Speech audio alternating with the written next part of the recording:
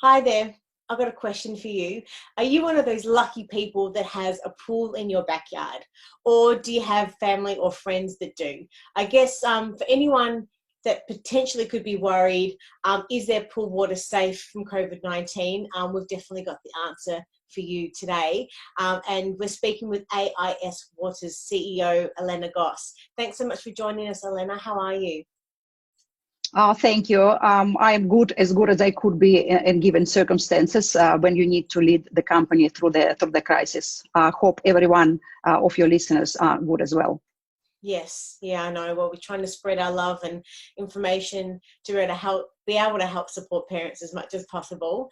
Now, the question about pool water may be, I guess, a question that a lot of parents may have discussed over the dinner table in the recent weeks. And the question being, can COVID-19 be transmitted through swimming pool water? Now, I'm not sure about you, but over the last couple of weeks, I've seen lots of my friends in their posts, sort of joking that like the fact that they have a pool in their backyard, but that the social isolation hasn't been all too bad about them. And I've seen their beautiful posts of their kids jumping in the water and splashing about, and they're sort of relaxing, putting their feet up on the side of the pool. But Elena, I'd like to know, once upon a time, a lot of pools contained chlorine, but the trend has swayed somewhat away with the large majority of households that have a backyard pool choosing either minerals and or salt as a replacement to chlorine. So as a quick question, do you see that, that the household pools that contain minerals or salt as a replacement to chlorine being safe if they have actually been exposed to the novel COVID-19 virus? Whoa, you asked me so many questions in one. Sorry. You asked me so many questions just in one question.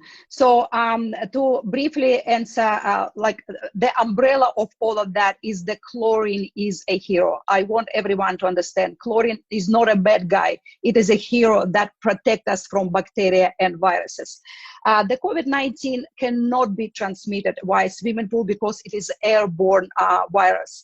So if we keep the physical distance, not social distance, if we keep the physical distance between each other and maintain our personal hygiene and adequate level of chlorine in our swimming pool, no, you cannot transmit COVID-19 in swimming pool.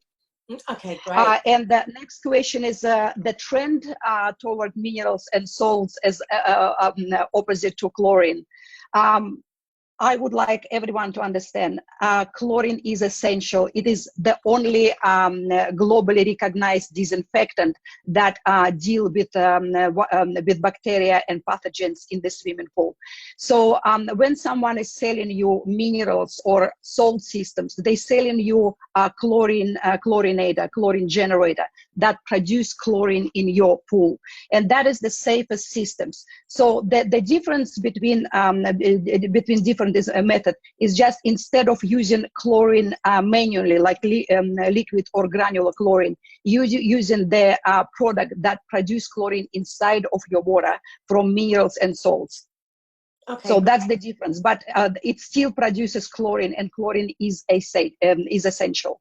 Okay, great. So what do we actually need to know about chlorine when it comes to swimming pools and children swimming? We came across, like I've got 3 grandchildren, and my grandson, when he was like 7 years ago, he developed a ear infection. And when we started to go through what caused this ear infection, that was actually from swimming lessons. He developed this ear infection in the swimming pool at the swim school that he used to learn to swim. So when we started to talk to this swimming school, they were assuring us that they've got chlorine-free technology, and that was the first mistake. Having all these children in the pool at once, and a lot of toddlers who, of course, doing some pee and poop in the water, they didn't have enough protection. So there is not enough evidence to say and point finger that you get it from swimming pool. But we've got very strong opinion on that. And one of the next researches that we're planning to do with independent research from university, that will be in the case of developing ear infection from the poor water disinfection. So we are a swimming nation. We need our kids to learn to swim, and we want everyone to enjoy swimming, because that's the best that could happen. And in time of social isolation, you rightly say, who is the lucky one who has the swimming pool? So you don't feel the social distancing that much. But please be sure that you've got the adequate disinfection. And also there is a trend that people use swimming pool instead of shower. Or use it to cool themselves down. Again, I can't stress strong enough how personal hygiene is essential. So we call it swimmer-introduced nasties or sins. So sometimes we feel that entering swimming pool, we feel that it smells of chlorine. That we attribute it to chlorine. But I can actually tell you, it's not chlorine that smells. It's what we as swimmers bring to swimming pool, our pee, poop, body oil, cosmetic, sweat, and in combination with liquid or granular chlorine that produce this byproduct that create this smell. So our technology actually deal with that. Wow, that's incredible. So what are the health risks and also the safety risks of a pool that is improperly disinfected then? If pool is not properly chlorinated, then you can take all this, you can pick up all this, transmit and pick up all these viruses and bacteria. Yes, you can get a lot of illnesses from the water if it's not properly disinfected. Wow. So what can parents actually do about this then? They just need to do research. What technologies are, ask a lot of questions. Don't just fall for the sales speech when people tell you, oh, it's chlorine free. Beware. When someone tells you chlorine free, stay away, or we reduce chlorine, because chlorine, I repeat, it's essential.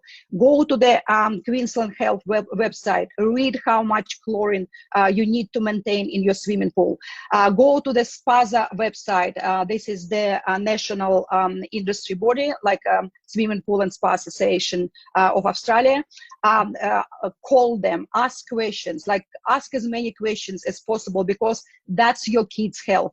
And the same goes to the school. Sometimes, and we seen that cases, sometimes we send our kids to school and we believe that they are safe around swimming pool, but we don't know what our kids are swimming, or grandkids, what they swimming in. Sometimes they swim in pure acid. There is no adequate disinfection. So we need to socially call for the inquiries and proper testing. And if you find that a public swimming pool smells, again, call us. Contact our company. We've got beautiful people who are just so passionate about water disinfection, who will be able to answer your questions, or call SPASA, the Australian Swimming Pool and Spa Association. Wonderful. And ask questions that, yeah, we'll have all of those links for you at the bottom. But I wanted to ask, so saying all this then, so what are the health regulations and guidelines that parents should be aware of when it comes to chlorine and water disinfection? Are there specific health guidelines around this? Yes, there is a Queensland Health guideline that could be accessed at the Queensland Health, but also the simple common sense.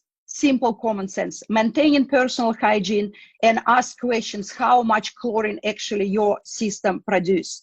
And sometimes you need even to test or buy from reliable sources who are committed to proper water disinfection. Because what we found in the industry, there are some distributors, or they tell you, oh, this is enough, this technology is enough for you, it will protect you. But there is we call them cowboys in the industry, who are just not doing the right thing. So the technology would just keep your pool away from being green, but doesn't give you any protection at all. So Elena, what should I guess residential pool owners be aware of to ensure that they're actually not being misled from the companies that they purchase the pool disinfectant supplies from then? Again, look for the companies who hold the climate care certificate from SPASA, because usually those technologies, they are locally produced, and they tick all the boxes in terms of water saving, in terms of efficiency with electricity, or just people doing the right thing. All right, so what should parents be asking when they're purchasing the pool water supplies? Yes, you need to ask many questions about, like, does it actually produce chlorine, and hold those people responsible, because don't believe anyone who tell you that this is the technology is chlorine free. Every technology that is available on the market, it needs residual chlorine. It needs residual chlorine to kill bacteria. So what I've got from this today is that chlorine is the safest primary disinfection method to make pool water safe. I believe that AIS Water's technology has been exported to over 55 countries, and your technology operates in home swimming pools, swimming schools, aquatic centres, a whole heap, resorts, hotels, and then the FINA standard competition swimming pools and water parks. So you guys are really the go-to for this water technology. If anybody's got any questions, whereabouts can they find you and or your staff to be able to find out more information? They can email us at info@aiswater.com.au, or they can call us on 0733965222, and we will be happy, or connect with us on the Facebook at aiswater.com.au, and we will be happy to answer all your questions, because we are big advocates for education and public health. We are not trying to sell something that doesn't work. We are offering solution to people. We want everyone to be healthy. Elena, this has been a really interesting, insightful conversation today, so I'm really grateful for your time, and we'll definitely have all those links at the bottom of the introduction paragraph. You take care, stay safe, and yes, and much love to all of your staff. Thank you again. Same to all of your listeners. Thank you. Bye, Rachel. Bye.